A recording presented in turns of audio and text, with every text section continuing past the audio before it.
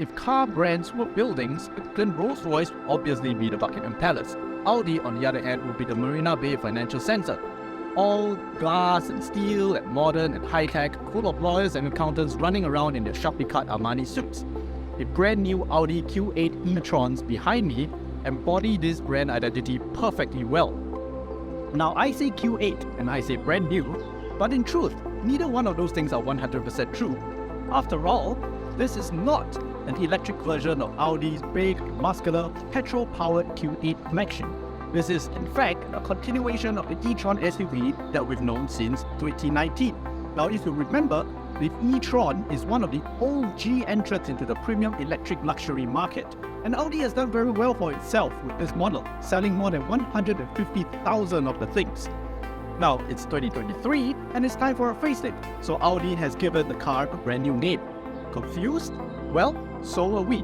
But this is entirely in keeping with Audi's new naming strategy, where the even numbers go to fully electric vehicles and the odd numbers go to everything else. Still confused? Don't worry about it. Give it a few years, the range will flesh itself out and it will all make sense in due time.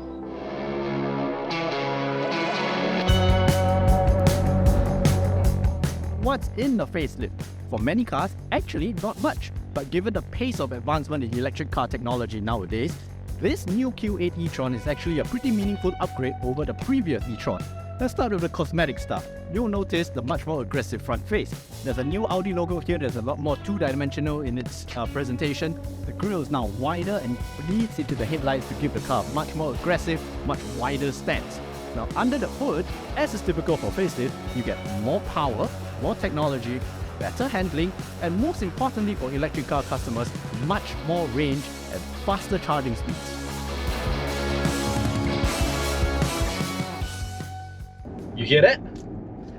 No, seriously, you hear that? Still nothing? Exactly! Quietness and refinement are very much the name of the game here. Now, as far as how this car handles, it's very neat and very tidy.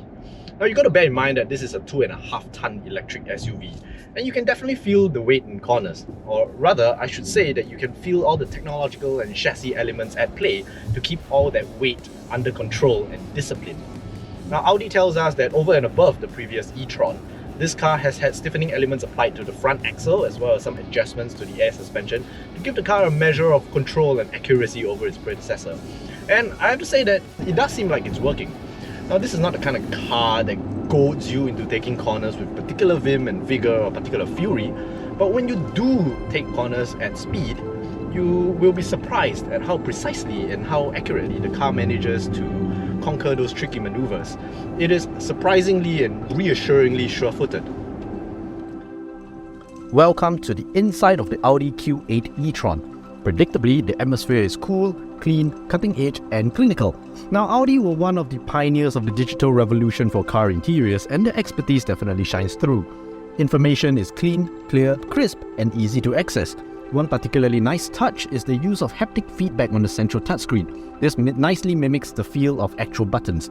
Now, I'm not usually a fan of migrating aircon controls onto touchscreens, but if you absolutely had to do it, because Vorsprung, this is one of the best ways to do it. The buttons that you need to press to achieve the desired effect are nice and clear. One thing, however, that is not so good is the move to digital wing mirrors. Now, I'm not sure this is an answer to a question that anybody asked, the primary problem with them being that when you move your head left, right, up and down, it doesn't actually change your field of vision. So this is a bit harder to gain a sense of situational awareness from than regular glass mirrors. All told, however, this is an extremely comfortable place to be. There is a true sense of quality and heft and substance to all the fittings, and the joining gaps between elements are all but non-existent. When all is said and done, The driving experience is shot through with a sense of quiet quality and reassuring sophistication. And you'd imagine that is exactly how Audi customers want their car to feel. So if you're somebody who had spent hundreds of thousands of dollars on your premium luxury electric German SUV, you can spend your time commuting, patting yourself on the back, knowing full well that the money you've spent has gone to a sense of immutable engineering integrity.